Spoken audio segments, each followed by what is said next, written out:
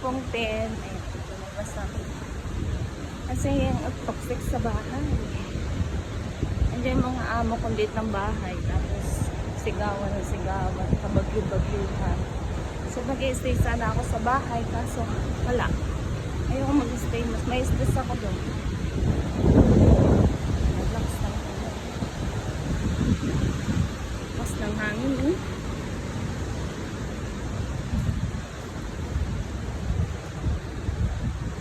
Sabi ng amo ko, close daw yung market. Sabi ko, pupunta ako kahit saan. Sisigawan na naman sila sa bahay. Pabisi. Sabi ko,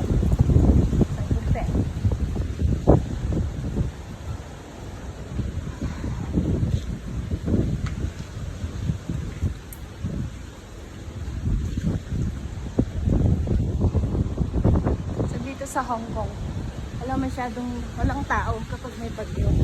As in, nasa loob lang ng bahay. Kaya, talubungin natin tayo po.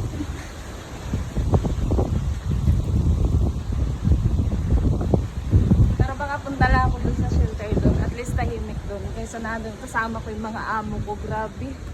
Nag-i-impake pa naman kami ng mga gamit kasi maglilipat kami. Parang perfect time na para makapag-impake din ako ng mga gamit ko. Kasi this week, puro kanilang gamit. Kasi, tapos, ayan. So, lalaglagan ng mga sanga. Ayan o, mga sangangin. Putang ina. Sarado daw market. Bukas daw yung McDo. So, makakakain naman.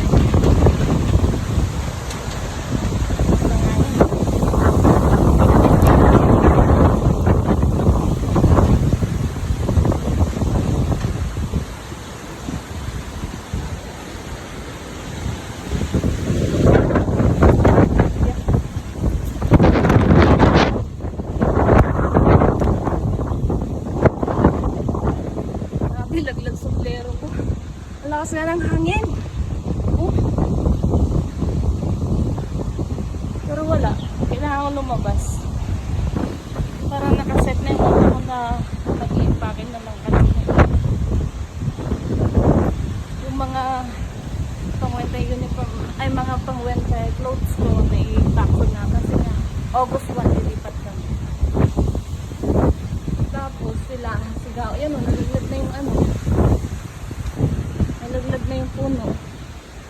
Tapos sila, sigawan sila na sigawan mga busy.